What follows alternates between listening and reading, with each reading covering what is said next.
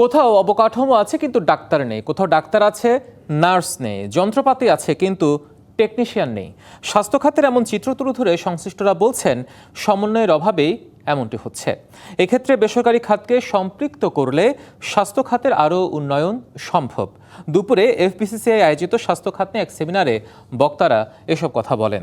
বক্তারা জানান, বাংলাদেশের সর্বজনীন স্বাস্থ্য সুরক্ষা অর্জনে বেসরকারি স্বাস্থ্য খাতের ভূমিকা অপরিহার্য। তাই সরকারি বেসরকারি যৌথ অংশীদারিত্বে স্বাস্থ্য খাতকে এগিয়ে নেওয়ার উপর জোর দেন।